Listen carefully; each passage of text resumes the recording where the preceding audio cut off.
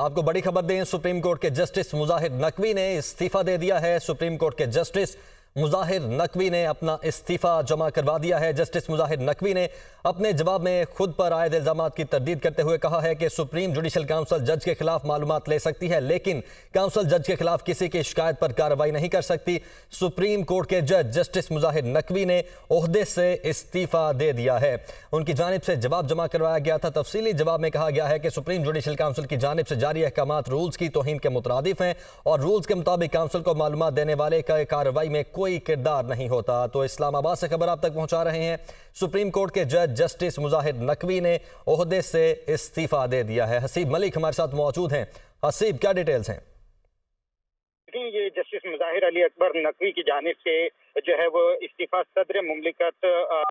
کو وہ بھجوا دیا گیا ہے، اور ان کی جانب سے جو استعفیٰ دیا گیا ہے اس میں یہ باقاعدہ کہا گیا ہے کہ پہلے لاہور ہائی کورٹ اور پھر سپریم کورٹ آف پاکستان کے جو جج ہیں ان کی تعینات ہوئے تھے یہ جسٹس مظاہر علی اکبر نقوی، اور خدمات اپنی وہ سر انجام دیتے ہیں، اور جو کہ ایک اعزاز کی بات ہے جو ان کی جانب سے استعفیٰ بھیجا گیا ہے صدر مملکت کو۔ اس میں یہ کہا گیا ہے اور اس میں یہ کہا گیا ہے کہ ایسے حالات میں جو کہ عوامی معلومات اور کسی حد تک عوامی ریکارڈ کا معاملہ ہے، اب میرے لیے سپریم کورٹ آف پاکستان کے جج کی حیثیت سے خدمات انجام دینا ممکن نہیں رہا۔ مناسب عمل کے تحقیقات بھی ایسا کرنے پر مجبور کر رہی ہیں، تو ان کی جانب سے یہ استعفیٰ جو ہے وہ بھیجا گیا ہے صدر مملکت آف پاکستان کو، اور ان کی جانب سے یہ بھی اظہار کیا گیا کہ بطور لاہور ہائی کورٹ کے جج کے طور پہ بھی اور اب سپریم کورٹ آف پاکستان کے جج کے طور پر تعینات رہا ہوں اور خدمات سر انجام دیتا رہا ہوں، لیکن ایسے حالات میں جو کہ عوامی معلومات اور کسی بھی حد تک عوامی ریکارڈ کا معاملہ ہے اور میرے لیے سپریم کورٹ آف پاکستان کے جج کی حیثیت سے خدمات دینا بھی اس وقت ممکن نہیں ہے، تو یہ استعفیٰ ان کی جانب سے بھیجا گیا ہے کیونکہ سپریم جوڈیشل کونسل کے اندر جسٹس مظاہر علی اکبر نقوی کے خلاف جو ہے وہ کارروائی چل رہی تھی، جس کو انہوں نے چیلنج بھی کیا تھا سپریم کورٹ کے اندر، اور کل جو ہے 11 جنوری کو بھی سپریم جوڈیشل کونسل کے اندر ان کے خلاف جو ہے وہ سماعت ہونے جا رہی تھی، لیکن آج ان کی جانب سے باقاعدہ طور پہ جو نوٹس سپریم جوڈیشل کونسل کی جانب سے جاری کیا گیا تھا اس کا جواب بھی جمع کروایا گیا تھا، اور ٹھیک ہے حسیب، آپ ساتھ ہی رہے گا۔ بیورو چیف عدیل وڑائچ اس وقت ہمارے ساتھ موجود ہیں اسلام آباد سے۔ عدیل، بڑی خبر ہے، جسٹس مظاہر نقوی نے عہدے سے استعفیٰ دیا ہے، صدر مملکت کو ارسال کر دیا ہے، اور ساتھ ہی یہ بھی بتائیے گا کہ سپریم جوڈیشل کونسل میں بیسیکلی معاملہ کیا ہے جس پر ان سے ڈیٹیلز لی جا رہی ہیں اور ان کے خلاف کارروائی ہو رہی ہے؟ دیکھیں، جسٹس مظاہر علی اکبر نقوی کا جو استعفیٰ ہے یہ بڑا حیران کن ہے۔ انہوں نے یہ جنگ لڑنے سے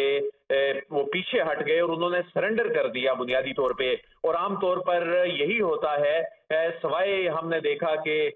جسٹس قاضی فائز عیسیٰ کے کیس میں جو سپریم جوڈیشل کونسل میں معاملہ گیا تھا اور انہوں نے اس کا ڈٹ کر مقابلہ کیا اور آخر میں وہ سرخرو ہوئے، لیکن اس کیس میں ان کی جو جائیدادوں کی تفصیلات کا جو معاملہ تھا جس پہ انہوں نے آج تفصیلی جواب بھی اگرچہ جمع کروا دیا، لیکن جب جسٹس مظاہر علی اکبر نقوی نے یہ دیکھا کہ سپریم کورٹ میں جب انہوں نے 184(3) کے تحت ایک پٹیشن بھی دائر کی اور انہوں نے استدعا کی کہ یہ کارروائی روکی جائے سپریم جوڈیشل کونسل کی، جس طرح کی جسٹس قاضی فائز عیسیٰ کے کیس میں روکی گئی تھی، تو 3 رکنی بینچ نے وہ کارروائی نہیں روکی، تو جو پروسیڈنگ تھی وہ بھی پہلی مرتبہ اس طرح اوپن ہوئی کورٹ روم نمبر 1 میں، تو ہم نے اس میں جب دیکھا اس پروسیڈنگ کے اندر جسٹس مظاہر علی اکبر نقوی خود پیش ہوئے، اور وہ جو پروسیڈنگ کی جو پیس نظر آ رہی تھی اور اس میں جس طرح کی کویسچننگ ہو رہی تھی وہ یقیناً ایک بڑا مشکل تھا اس کا سامنا کرنا، اور اس کے بعد یہ توقع کر رہے تھے کہ اس میں سپریم کورٹ کا جو 3 رکنی بینچ اس معاملے کو سن رہا ہے اس میں اس کی جانب سے کوئی اسٹے آرڈر آ جائے، جو اسٹے آرڈر نہیں آیا